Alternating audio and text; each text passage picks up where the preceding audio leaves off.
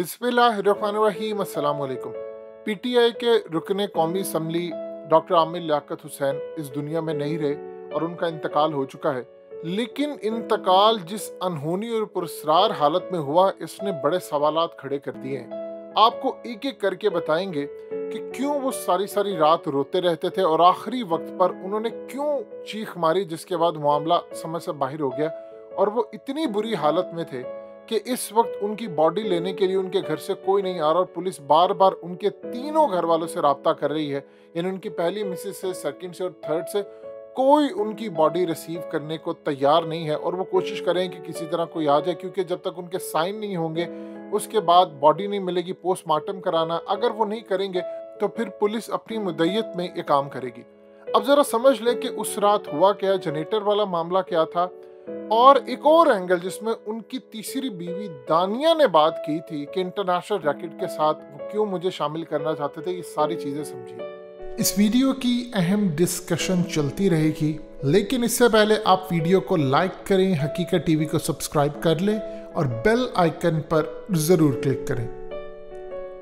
देखिए, हुआ यूं है कि आमिर लियाकत पिछले काफ़ी अरसे से, जब से उनकी दानिया से शादी हुई, वो डिप्रेशन का शिकार थे। जब दानिया ने उनकी वीडियोस लीक कर दी सारी दुनिया के सामने, तो वो इतना डिप्रेशन का शिकार हो गए कि वो बार बार अपनी दोनों बीवियों से माफ़ी मांगना चाहते थे। उन्होंने बड़ी कोशिश की उनसे रब्ता करने की, उन्होंने अपने नंबर्स भी चेंज कर लिए, ये सारी चीज़ें अलग उन्होंने कर ली। वो बार बार अपने नंबर्स चेंज करे क्योंकि लोगों के पास से उनको गालियाँ देते थे। तो इस सूरत हाल में वो डिप्रेशन का शिकार हो गए। रिश्तेदारों ने उनसे मिलना छोड़ दिया और इस सूरत हाल में जब वो बाहर कहीं जाते थे तो लोग उनको गालियां देते थे उनकी वीडियोस लीक होने के बाद। और जब से उन्होंने इमरान खान के खिलाफ एक बगावत की, तब से उनके खिलाफ एक नफरत बढ़ गई। अब पिछले काफी दिनों से वो सारी सारी रात रोते रहते थे, चीखते रहते थे। उनके दो मुलाजिम थे उनके पास, वो रोते रहते थे, बस फरियाद करते रहते थे।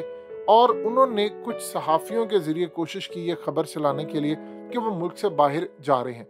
और एक रात पहले उन्होंने खबर ये चला दी एक सहाफ़ी के जरिए कि वो मुल्क छोड़ चुके हैं, वो चले गए हैं, वो उम्रा करने जा रहे हैं। उसके बाद वो बाहर चले गए।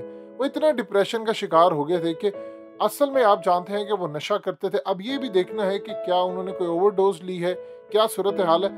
मामला ये हुआ है कि कल रात को, ये आपकी स्क्रीन पर मनाजिर चल रहे हैं, ये उनके घर के हैं। सूरत हाल ये पैदा हुई कि सारी रात लाइट नहीं आई और वो जनरेटर चला रहे थे और वो जनरेटर गैस पर चल रहा था, जिसके बाद वहाँ पर धुआं हो गया। मुलाजिम कोई वहाँ पर मौजूद नहीं था और धुआं होने के बाद कोई वेंटिलेशन का वहाँ सामान नहीं था, जिसकी वजह से उनकी मौत हो गई। लेकिन अभी पोस्टमार्टम होगा तो असल कहानी पता चलेगी।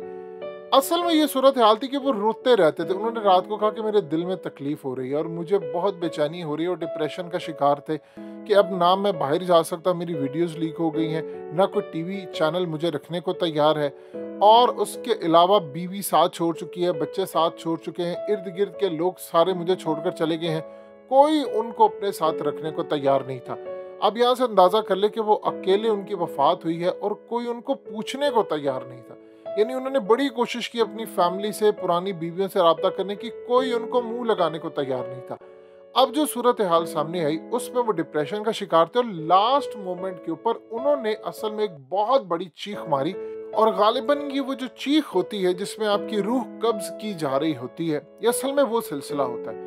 वो इतनी खतरनाक चीख थी कि एक तरफ जनरेटर चल रहा था और उसके बाद धुआं हो गया और वो इतनी बुरी हालत में थे कि वो अपना दिफा नहीं कर पा रहे थे, चीज़ें बेहतर नहीं कर पा रहे थे। वेंटिलेशन का मसला था। देखिए, जो जनरेटर होता है वो आम रूटीन में, चाहे आप साइलेंट जनरेटर लें या कोई और ले, आपको बाहर रखना पड़ता है। लेकिन उन्होंने उसी जगह पर रखा हुआ था, जिसके बाद हालात बहुत ज़्यादा ख़राब हो गए। और फिर उसके बाद दो मुलाजिमों में से एक मुलाजिम आता है और आकर वो पुलिस को इतला करता है और उसके बाद उनको लेकर जाया जाता है। वो वहीं पर उनकी वफात हो चुकी थी। और गालिबन ये भी सूरत हाल है जो कि उनकी वफात के कई घंटों के बाद पता चला, क्योंकि दरवाज़ा नहीं खुल पा रहा था। देखिए, दो चीज़ें यहाँ पर बड़ी अजीबो गरीब हैं जो समझने वाली हैं। अब एक तो पुलिस तमाम सीसीटीवी फुटेजेस देख रही है कि असल में हुआ क्या था, वो बाहर गए थे, आए थे, उनका पोस्टमार्टम, ये तमाम चीज़ें। नंबर 2 जो सूरत हाल सामने आ रही है वो उससे भी ज्यादा खतरनाक है। देखिए, उनकी मिसेस ने हालिया उनके बारे में कहा था कि वो कह रहे थे कि मेरी गंदी वीडियो बनाओ और वो इंटरनेशनल मार्केट में देना चाहते थे। अब देखिए, पाकिस्तान के अंदर अब चूंकि आमिर लियाकत की वफात हो चुकी है, इंतकाल हो चुका है, तो हम कहते हैं कि अल्लाह उनको जन्नत में जगह दे। लेकिन उनकी वाइफ ने जब ये बात कही, उसके बाद आप ये देखें कि उनके साथ ये जो मामला हुआ, देखिए कोई बेवकूफ़ इतना नहीं होता कि आप जनरेटर को यहाँ पर इस तरह चला कर जाएं। ये क्यों सूरत हाल ऐसी पेश आती है? सबको पता है गैस आप एक कमरे में कैसे जलाते हैं, और ये लोग तो बड़े समझदार होते हैं। देखिए जो रिच पीपल होते हैं उनको पता होता है कि आपने क्या चीज़ें करनी है। ये कुछ समझ ना आने वाली बात है कि आपने उसी कमरे में क्यों रखा हुआ था, वहां पर धुआं क्यों भर गया था, किसी ने जानबूझकर रखा है, किसी ने अटेम्प्ट की है, ये क्या है? देखिए सबसे बड़ी बात है, इसका एक पहलू ये है कि जब उन्होंने कहा कि इंटरनेशनल रैकेट या इंटरनेशनल लेवल पर जाकर मेरी वीडियो बनाना चाह रहा था और बेचना चाह रहा था, आम रूटीन में आप किसी वेब को देंगे तो वो तो मंजर-ए-आम पर आ जाएगी। सिर्फ एक ही है डार्क जिससे नजर नहीं आती। अब इस सूरत हाल में आमिर लियाकत क्या उनका शिकार हुए हैं, ये तो एक तहकीक करने वाली बात है। लेकिन वो पिछले काफी अरसे से इतना डिप्रेशन का शिकार हो गए थे, इवन के हकीकत टीवी ने जब वीडियो बनाई जो आपकी स्क्रीन पर चल रही है जुनैद जमशेद के हवाले से, हमने जब वीडियो बनाई तो आमिर लियाकत ने हकीकत टीवी के खिलाफ ट्वीट भी की। लेकिन वो दिल ही दिल में बड़ी निदामत का शिकार थे कि उन्होंने जुनैद जमशेद को क्यों कहा, क्योंकि हमने सबसे पहले ये मुद्दा उठाया कि जुनैद जमशेद की उनको बद्दुआ लगी है और उन्होंने बद्दुआ दी। उसके बाद चाहे जो भी मामला था, लेकिन उस वक्त उनको बद्दुआ लगी। उन्होंने कहा कि तुमने मदर डे पर मेरी माँ, मेरी फैमिली, सबको बड़ा बुरा भला कहा। इमेजिन करें 11 मई को ये हुआ और 11 मई को आमिर लियाकत की वीडियो से ये सारा कुछ रिलीज होता है। अब इस सूरत हाल में आमिर लियाकत बड़े अपसेट थे। उन्होंने हकीकत टीवी के खिलाफ ट्वीट भी किया, हमने उनका इंटरव्यू भी किया था और वो कई दफ़ा हमसे राब्ते में भी रहते थे, मैसेजेस भी करते थे। कभी वो फिरदौस आशिक अवान के हवाले से कहते थे कि हमें आप सपोर्ट करें, क्योंकि जब तक वो जिंदा थे जाहिर सी बात है एक पर्सनल कन्वर्सेशन होती है, उसको तो हम बता नहीं सकते। लेकिन कई दफ़ा वो गुस्से का इजहार भी करते थे। इमरान खान के हवाले से कई दफ़ा वो कहते थे कि दानिया शाह जो है वो एक पूरी तरह एक प्लान के तहत मेरे साथ जोड़ा गया है। वो काफ़ी बातें हकीकत टीवी को मैसेजेस पर भी करते थे, उनके साथ एक राब्ता रहता था। जब हमने उनका इंटरव्यू किया तो वो काफ़ी खुश थे और उन्होंने कहा कि आप ये इंटरव्यू चलाएं। लेकिन उसके बाद वो हकीकत टीवी से नाराज़ हुए जब हमने बताया कि आपने जो हरकतें की, जो जुनैद जमशेद के हवाले से काम किया। जाहिर सी बात है, देखिए जुनैद जमशेद के हवाले से आप सब जानते हैं वो उन लोगों में से थे जो लोगों का दिल नहीं दुखाते थे। लेकिन आमिर लियाकत ने जो उनके साथ किया और उसके बाद उनको एहसास है, लेकिन वो हमेशा ये करते थे कुछ भी हो, यानी मिसाल के तौर पर वो पीछे रो रहे हैं बैठ के, डिप्रेशन का शिकार है, सारी सारी रात रोते रहते थे कि उनको बीवियां छोड़कर चली गई, बच्चे छोड़कर चले गए, दोस्त यार सब छोड़कर चले गए, चैनल वाले उनको बुलाते नहीं थे, उनकी हालत ख़राब थी, दिल का उनको मसला पैदा हो गया था, नशा वो बहुत ज़्यादा करते थे, ओवरडोज होना शुरू हो गई, ये तमाम चीज़ें।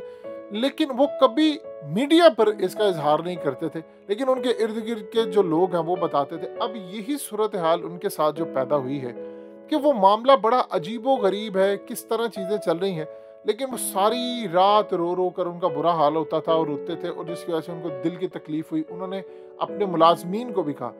अब आप देखेंगे कि इसका पोस्टमार्टम रिपोर्ट होगी तो पाकिस्तान में आप जानते हैं कि असल चीज़ तो कभी सामने नहीं आई। लेकिन इस सूरत हाल में एक चीज़ वाज़िया हो चुकी है कि देखिए अल्लाह से हमेशा पनाह मांगनी चाहिए, अल्लाह से हमेशा मगफिरत मांगनी चाहिए।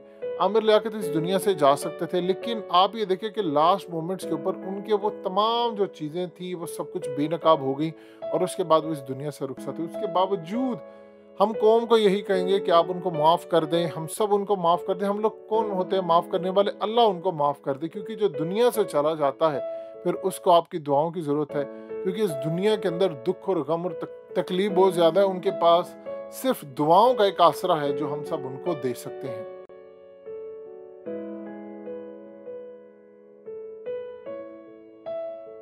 हकीकत टीवी को सब्सक्राइब करना मत भूलें, वीडियो को लाइक करें, शेयर करें और कमेंट सेक्शन में अपनी राय का इजहार ज़रूर करें।